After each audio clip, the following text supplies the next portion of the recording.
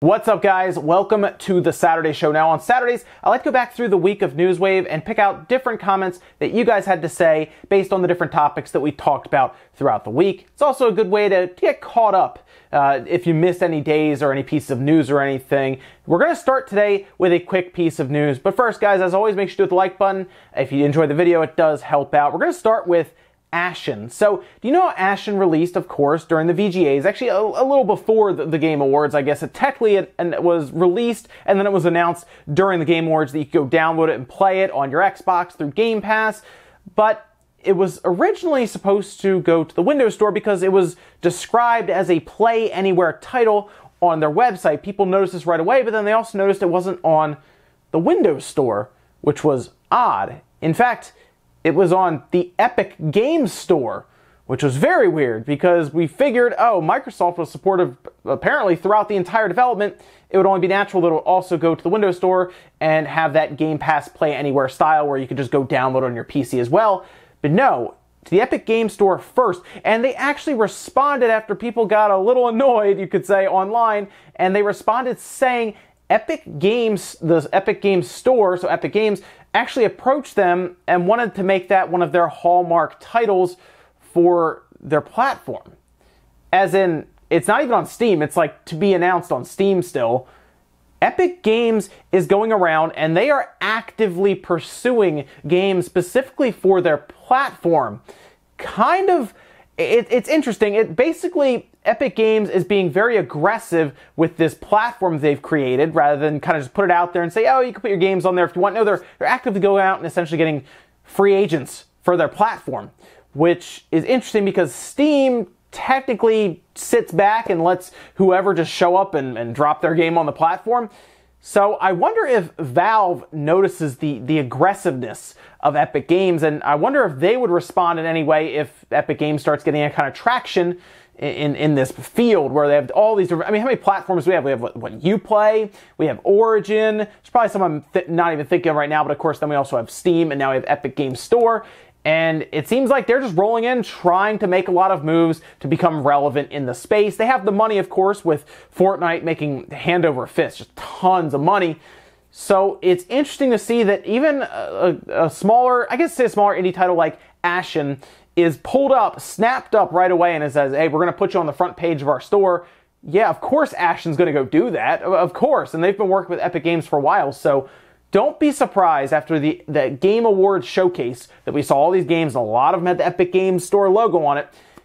Don't be surprised that that is a common occurrence going forward if there are bigger titles that could be pulled away from Steam. Epic Games seems ready to do that. And getting started the week, on Monday, we talked about Sony's new stance with censorship on third-party games and their explanation for it. Sony is implying that the stance is to be more in line with global standards and help shield younger gamers from certain content. Mick says, Sony's new censorship policy is likely due to the new guy in charge. Kaz Hirai didn't seem to mind as much as this current guy when it comes to censorship. Ironically, with Nintendo, it's been the other way around, where the current president doesn't mind leaving games uncensored compared to previous Nintendo presidents. So you're speaking of John Kodera. He's even talked about Sony's handheld presence or even handheld space at times, and even referring to the Switch as an interesting thing to keep an eye on.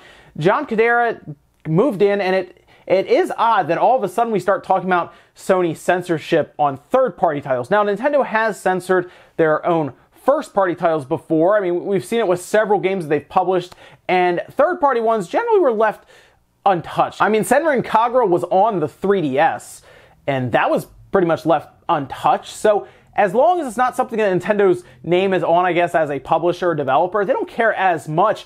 It's odd in this case with Sony because they're actually showing up and telling these third parties to change their content to more match their guidelines. And it's odd to see Sony do that. I'm not sure why that is. It doesn't seem to affect Sony in Japan, essentially, as some of the stuff that's getting censored over in the US, for example, isn't necessarily censored in Japan. So it almost seems like it seems like a regional thing as well, specifically in the US. So I'm not sure why this is all of a sudden happening. It could be because John Kodera, took the reins here and that was something he wanted to do.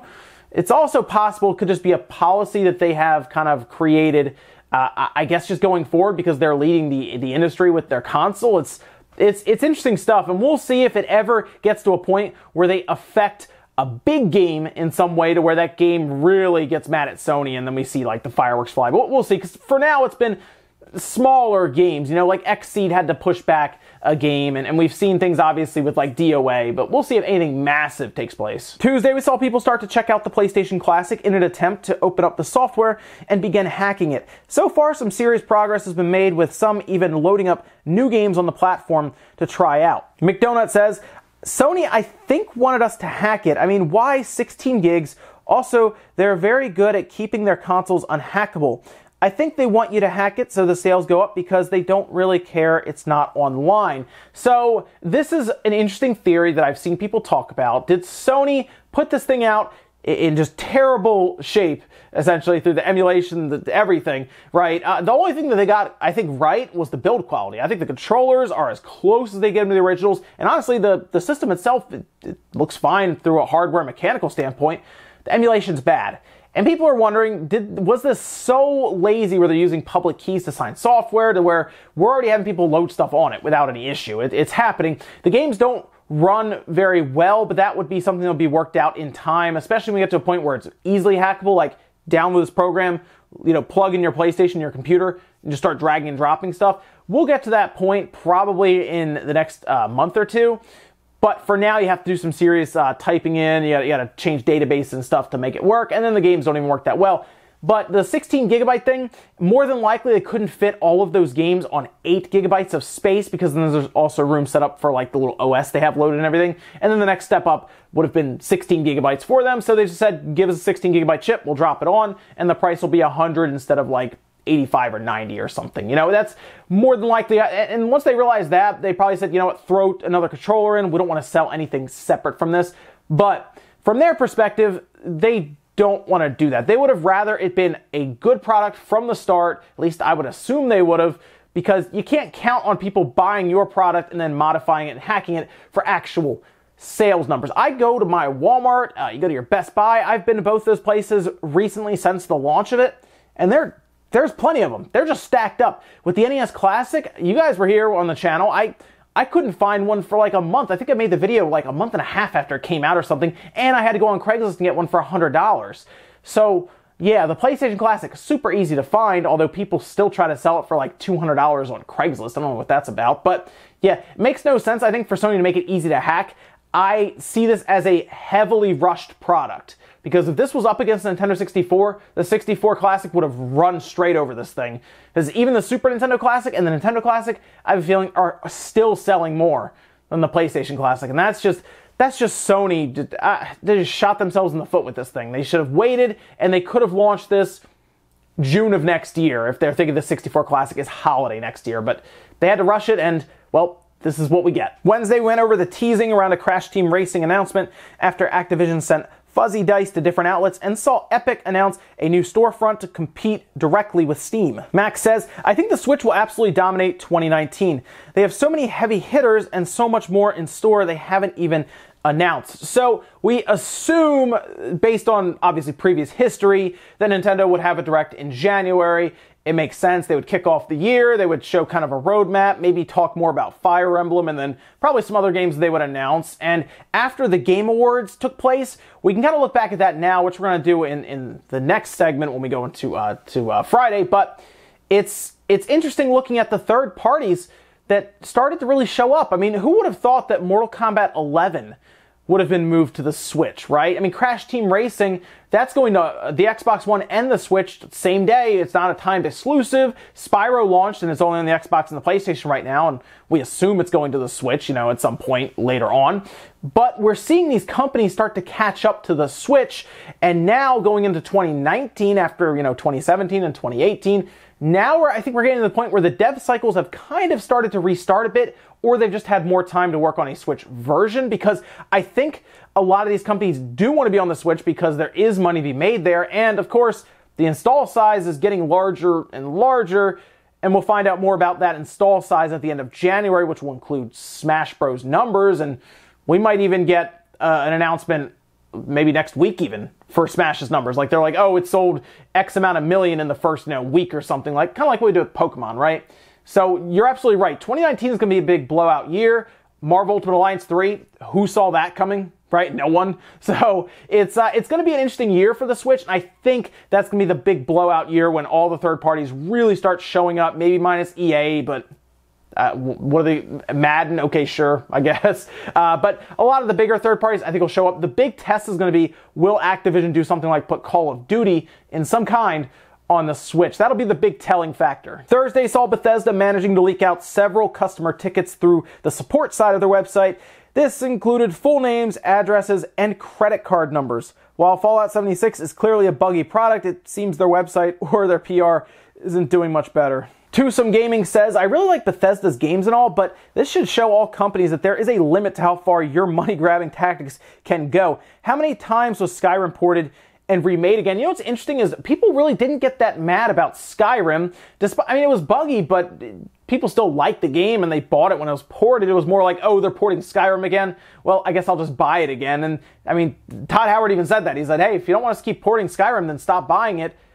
People keep buying it, and that's the way it is. I mean, if it's even on the Amazon Alexa at this point. While that's kind of a joke product, it's still there. But it moved to the Switch, sold well there. They moved it to the Xbox One and the PS4, sold well there. And they'll probably move Skyrim to the next system. Like, let's be real, it'll probably happen. Although you can't really do much with the frame rate after 60, so who knows? Because the game logic apparently is tied to it. But Fallout 76 is a good case study for hopefully these companies to keep an eye on, because we're seeing Bethesda, which at one point was a company that people loved. People loved Bethesda with the games that they would bring out, right? People loved the Elder Scrolls series. Fallout was even, people like that as well. But then we're getting to the point where they are porting Skyrim a lot. Here comes Fallout 76, an obvious rushed product. They can't get anything right. They're ripping people off apparently with the special edition and the bags and leaking customer info. And this was probably, they would have been better off not releasing anything this holiday. Like nothing. Like just move along. We'll get to Doom, you know, like everyone's going to like Doom when that comes out for the most part. But Fallout 76, wow, and they're going to use the same engine for the next games. And it's like, I feel like Starfield and Elder Scrolls 6 won't even get much of a chance out of the gate here, because people are going to say, oh, that's the Fallout 76 engine. Like, we're to the point where Fallout 76 is imprinted on that engine, the creation engine, where people don't even want to look at it, because they're like, what is it going to be like Fallout and all broken? So it's amazing to see Bethesda drop so far in, 2 months' time. That it's incredible. It really shows that no company is really actually safe. Finally, on Friday, we talked about all of the Game Award announcements that included big third-party titles coming to Switch, such as Marvel Ultimate Alliance 3, Mortal Kombat 11, and Crash Team Racing.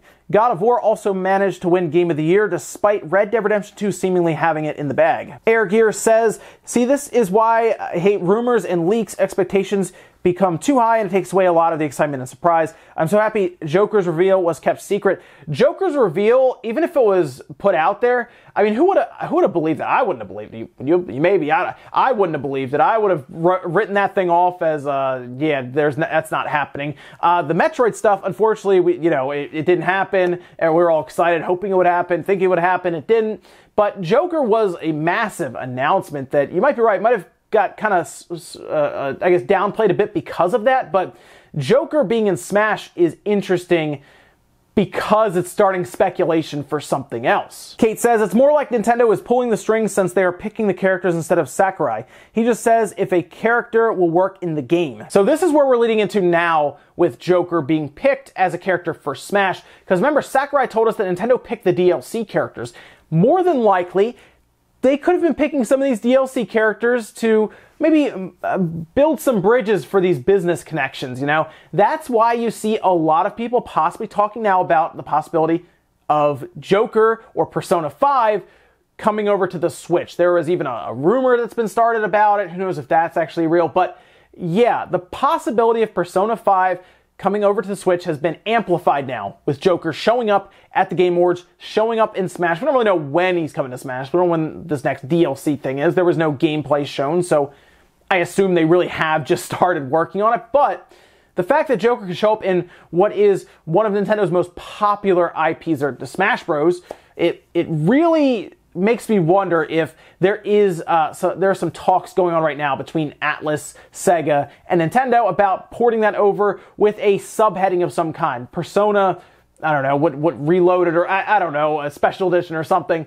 But you bring that over, Persona 5 Special Edition, and you release it on the Switch, that game gets a second life in Japan, and it probably helps the sales numbers further. I mean, they already did really well, over 2 million units sold for that, but they could probably make it 3 or 4 if they move it to the Switch, and it would definitely sell well in Japan. I think it would actually sell well in the US there as well. And ladies and gentlemen, that's going to do it here for Newswave. If you enjoyed this video, guys, hit the like button. It does help out. If not, hit the dislike. Leave comments down below about everything we talked about today, whether it's the Game Awards, some of the announcements. Let me know your favorites, which ones you didn't expect. Maybe we'll talk about Fallout 76 because that won't go away. I don't know if it ever really will at this point. And then what do you think about 2019 for the Switch? I think it's going to be its big blowout year, but let me know what you think about that entire lineup and stuff I guess we don't even know about yet. Thanks guys for watching, and I'll see you next time.